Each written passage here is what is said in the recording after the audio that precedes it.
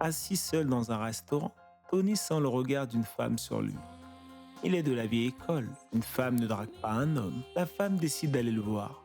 Elle s'apprête à se présenter quand soudainement Tony se lève et part du restaurant. La femme, désorientée par son attitude, reste tétanisée sans un mot. Arrivé chez sa mère, Tony raconte le peu d'éducation de cette femme qui l'a mis mal à l'aise. Sa mère lui dit qu'à presque 40 ans, tu devrais mettre tes principes de côté et apprendre à connaître ces femmes avant de les juger. Le lendemain, au travail, son directeur lui présente sa nouvelle supérieure hiérarchique, Eva.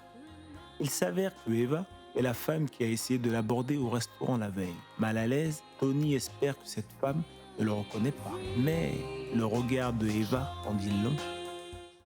Le lendemain, Eva reçoit Tony dans son bureau. Il décide de prendre les devants en s'excusant de sa maladresse au restaurant. Elle prend le temps de l'écouter. Elle ne dit pas un mot. Après que Tony ait fini de se rabaisser, elle lui explique qu'elle avait consulté sa fiche RH au bureau et qu'elle avait reconnu au restaurant. Elle souhaitait simplement se présenter en tout bien tout honneur. Elle lui dit ceci: « Cher monsieur, je suis une femme indépendante et ambitieuse. Je ne pollue pas ma vie avec des histoires qui sont voués à l'échec et qui vont me ralentir dans ma vie professionnelle. Je vous invite maintenant à rejoindre vos collaborateurs dans l'open space. » Tony sort du bureau humilié. Le téléphone d'Eva sonne. Une larme coule le long de ses joues.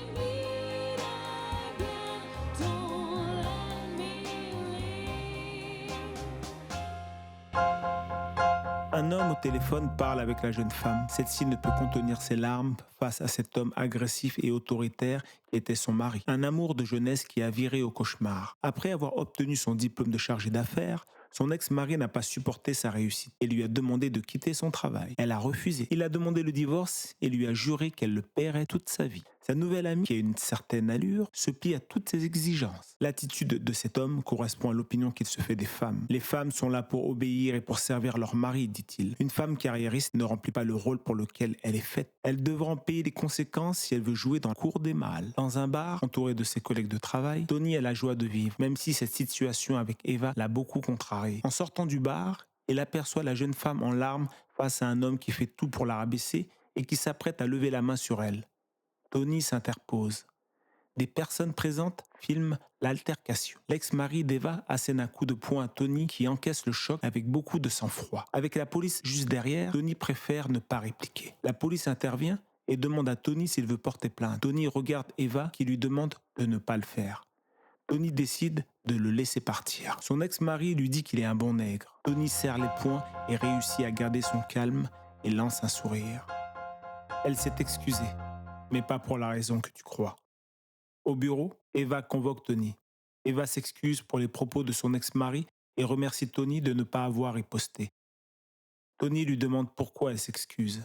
Gênée, elle avoue qu'elle n'a pas riposté parce que des personnes filmaient ce soir-là. Des patrons, des avocats ont assisté à la scène. La réputation d'homme raciste et violent est à présent dévoilée selon les dernières infos de son avocat. Avec ces vidéos, j'aurai enfin la garde définitive de mes enfants. Parfois, ne pas frapper, c'est ça le vrai chaos. La maîtrise est une arme. Savoir se contenir pour saisir une opportunité est la clé de la réussite.